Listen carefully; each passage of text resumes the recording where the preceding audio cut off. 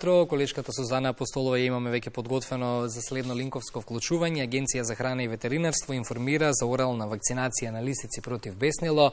Сузана, ги слушаме деталите во продолжение.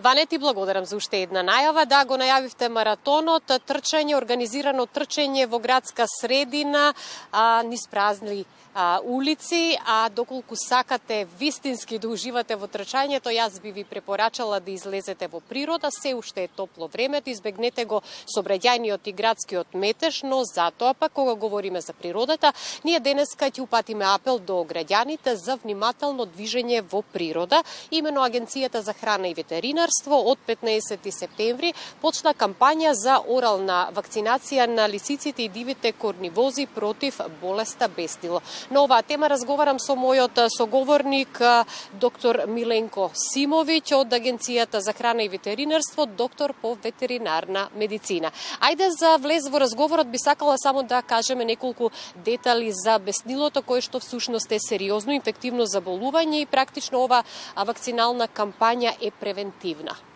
Така. Болеста беснило е зооноза. Од болеста беснило може да заболат и луѓето и животните. Постојат две епидемиолошки форми на болеста, силватично или шумско беснило и урбано беснило.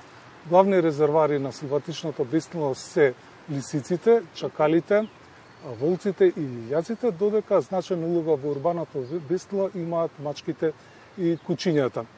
Инкубациониот период на болеста е од 10 дена до 90 дена кај животните, додека кај луѓето може да биде и до една година. Болеста се карактеризира со продромален стадиум по инфекцијата, значи при контакт со заболено животно. Продромален стадиум се карактеризира со неспецифични знаци, губење на апетит, покачена температура, апатија. Потоа следува невролошки стадиум, стадиум на ексцитација, фуриозен стадиум, кога се забележуваат знаци на хидрофобија, хидросаливација, раздразливост и агресивно однесување. Потоа следува стадиум паралитички, во зависност од каде е настаната инфекција, парализа на екстремитетите, парализа на мускулатурата на градниот кош, со што болеста завршува со смрт. Поради овие симптоми, ваквата манифестација потребна е поголема предпазливост и од граѓаните и од институциите. Меѓутоа, ајде да бидеме поинформативни за граѓаните и да кажеме како и каде се спроведува оваа кампања, каде се фрлаат вакциналните мамки и колку мамки ќе бидат фрлени.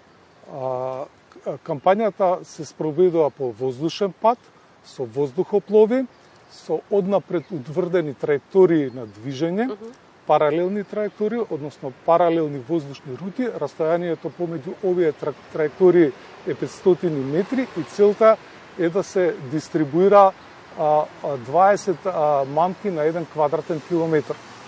Дистрибуцијата не се спроведува во урбани средини, населени места, на водни површини и на надморска височина повисоко од 1700 метри.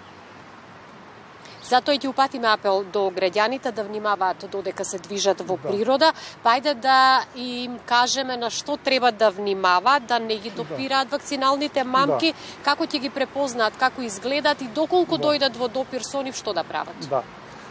Инаку воздухопловите се опремени со специјални уреди, машини за изфрлање на мамките, опремени со GPS уреди, и голема е веројатноста да не се фрлат во населени места, но сепак доколку граѓаните ги забележат овие мамки кои што се со димензија од 5 на 5 сантиметри, кафени по боја, по состав се изработени од рибино брашно, а во средината на мамката постои капсула во која што е ставена вакцината со ослабен вирус на беснило и во самата капсула постои и содржина на антибиотик тетрациклин како маркер. Доколку граѓаните ги допрат овие мамки, потребно е веднаш да ги измијат рацете со вода и со сапун, треба да ги пријават до надлежен официјален ветеринар или до надлежното ветеринарно друштво. Манките потребно е нештетно да се уништат како медицински отпад. Препорачуваме домашните миленици во овој период од 15 септември, а кампањата се уште во тек, и во наредните 5 дена да ги движат своите миленици со поведник. Не препорачуваме да ги конзумираат домашните миленици. Постојат медицински студии каде што е докажано дека овие мамки, доколку се консумирани од домашните миленици, предизвикуваат гастроинтестинални пореметувања, повраќање и запек, меѓутоа не доведува до животно запразувачка состојба.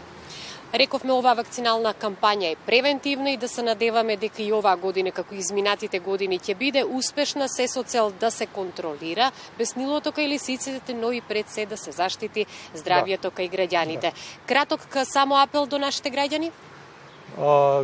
Краток апел до граѓаните исто така да ги вакцинираат своите домашни миленици против беснило и да ги идентификуваат и регистрираат домашните миленици.